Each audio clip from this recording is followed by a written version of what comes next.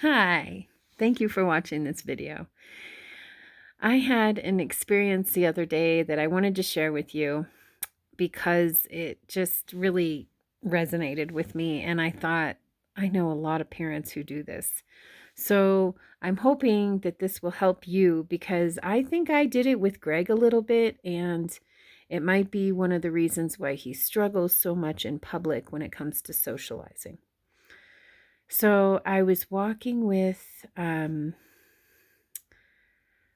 friend of mine, and we passed this mom with her son, and her son was maybe 3. Yeah, a young 3-year-old. And he kind of tucked his little head into her arm. They were sitting on a bench together, and he tucked her head into her arm, and she said, "Oh, I'm sorry, he's bashful."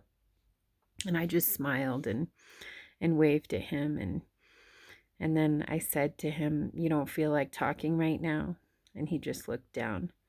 So, what I'm hoping to emphasize with you is that it is incredibly vital for you not to label your child. Maria Montessori has, I believe it's in the Secret of Childhood. She talks about describing a child as shy, right? Bashful, shy, saying that they have an introverted personality, however you want to put it. When you tell a child at a very young age that he or she is shy, they're going to mold themselves to that term in the future, especially if they're less than 6 or 7 years old, because they're absorbing their environment around them, and that those absorptions are creating their personality. So it's really, really important that you're careful with what you say and do.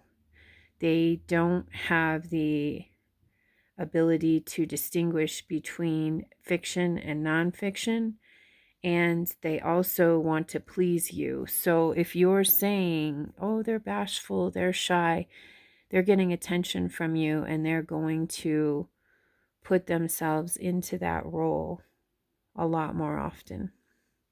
And so Maria Montessori encourages you to say, "Oh, they must not feel like talking right now. Maybe they'll feel like talking another time." And there's so much more to it, right? Maybe they were woken up this morning by a sibling and they're tired. Maybe they wanted a particular kind of snack and you ran out of it at home, and they still remember that and they're thinking about that snack, and that's why they're frustrated. So there's a much bigger picture here. I had an interaction with 2 people in my life recently, and one of them, both of them are adults now in their 30s or so. And they both use the term introversion to describe themselves. They both lack grace and courtesy. They are both often rude. They are both often struggling in social situations. They're stressed out a lot. They do not understand when people are trying to help them. They often take the role of the victim in a lot of different situations, and they're both very fearful, and they think that if someone's trying to help them, that person has an ulterior motive. They don't say please or thank you, along with the grace and courtesy. They don't show appreciation for different things that are happening in their lives. They're always seeing the glass as half empty, and they're always making other people around them feel obligated to help them become happier, I guess. And I realized that That's why they call them the sensitive periods. Of course, these two people in my life, their happiness is not my responsibility. And there's not a lot that I can do to,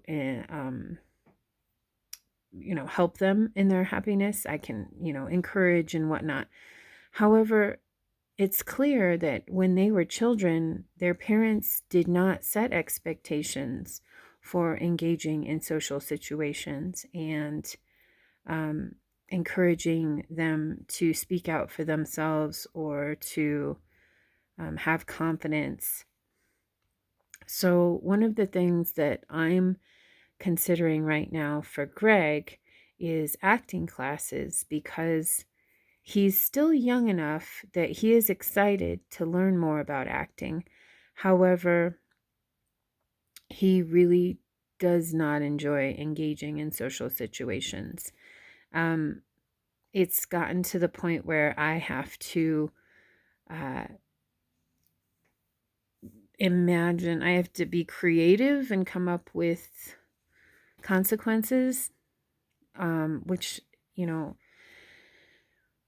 there's this book called Children, the Challenge by Dr. Rudolf Dreikurs, and he talks about natural and logical consequences. So I really do try to create an environment where natural consequences occur. A logical consequence is, for instance, when a parent grounds a teenager. That's the parent enforcing the consequence. Whereas a logical consequence would be, okay, so I took a long time getting ready this morning and I wasn't paying attention to the clock. Therefore, when I went to class, I was embarrassed as I walked in late and the teacher gave me a tardy.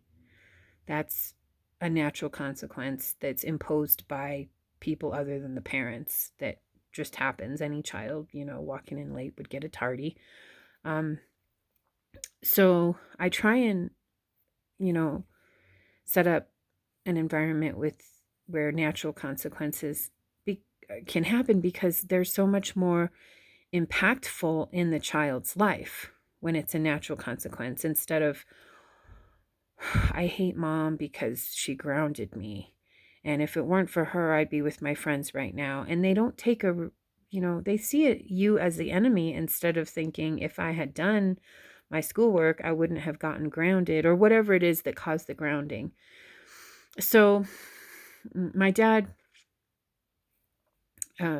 was pretty good at letting natural consequences happen. So anyhow, the moral of the story is when your child is anywhere from, 1 to 7 years old, pay attention to more than just what's happening when someone's trying to engage with them and think about the bigger picture. I realize that Greg's tired because, something happened in our schedule and he didn't get enough sleep. So I take that into consideration and then, build our day accordingly. However, it's still very important that they practice grace and courtesy and that they have the opportunity to feel good about interacting with others and speaking up for themselves in a very positive and loving manner so that people enjoy engaging with the child and they look forward to socializing with people. It's really, it makes them feel so much better about themselves and it makes it so much easier for them to enter into the workplace as adults when they are comfortable speaking to others in order to meet their own needs.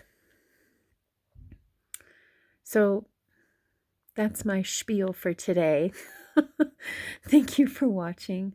I hope you all are enjoying a wonderful beginning of the week. And as always, please feel free to ask a Montessorian. If you like this video, you're welcome to like and subscribe, as Greg likes to remind me to do in my videos. And once again, thank you. Without you guys, I couldn't, spread the word of Montessori like I love to do so much. And I appreciate all of you.